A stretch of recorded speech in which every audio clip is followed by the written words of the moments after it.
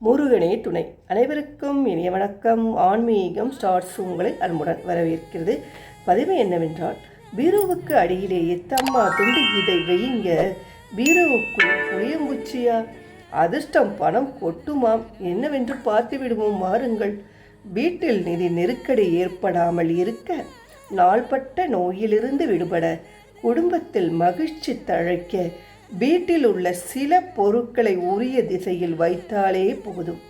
அதுபோல சில பொருட்களை கட்டாயம் வைத்திருக்க வேண்டும். சில பொருட்களை கட்டாயம் வைத்திருக்க கூடவே கூடாது. சில பொருட்களை காலியாகவும் போட்டு வைக்கக்கூடாது. அவைகளை பற்றியெல்லாம் சுருக்கமாக பார்ப்போம். வீட்டில் எப்பொழுதுமே அரிசி, பருப்பு, பாத்திரங்களை காலியாக வைத்திருக்கவே கூடாது. மகாலட்சுமியின் அருள் நிரந்தரமாக கிடைக்க தானியங்கள் குறைவின்றி இருக்க வேண்டும். உப்பு பானையிலும் உப்பு நிரம்பியிருக்க வேண்டும். இதனால் செல்வ நிலை வற்றாமல் இருக்கும். காலியாக விடாதீங்க. அதை போல மஞ்சள் நிற பர்ஸ் செல்வத்தை ஈர்க்கும் என்பார்கள். மணிப்பர்ஸ் பயன்படுத்துபவர்கள் அதை காலியாகாமல் 1-2 ரூபாய்களை வைத்திருக்க வேண்டும். குளியலறை பக்கெட்டுகளை காலியாக வைத்திருக்க கூடாது. தண்ணீர் நிரம்பி இருப்பது நிதி நிரம்பியிருக்க உதவுமாம். சமையலறை குடங்கள் பூஜை அறையில் வைக்கப்பட்டு இருக்கும். பாத்திரங்கள் இப்படி அனைத்துமே சிறிது நீர் இருக்கும்படி பார்த்து கொள்ள வேண்டும்.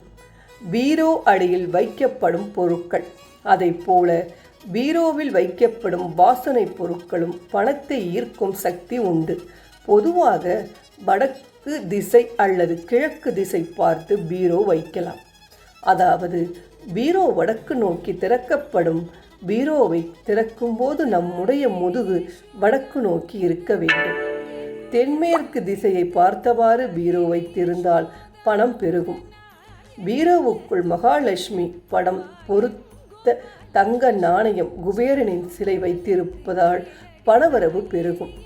தங்கத்தகடு கலந்த பிரமிடு, வெள்ளி பிரமிடுகளையும் புதன், வியாழன், வெள்ளி போன்ற கிழமைகளில் வைக்கலாம்.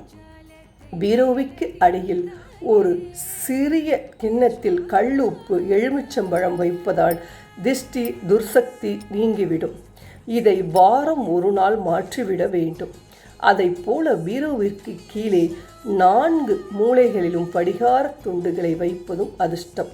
வாசனை பொருட்கள் பீரோ, அதை போல பீரோவில் வாசனை பொருட்களை வைக்கலாம். சிறிய கிண்ணத்தில் வெந்தயம், பச்சை பயிறு, பச்சை கற்பூரம் 3ஐயும் கலந்து அல்லது ஒரு துணியில் வெந்தயம் சிறிது கட்டி வைக்கலாம்.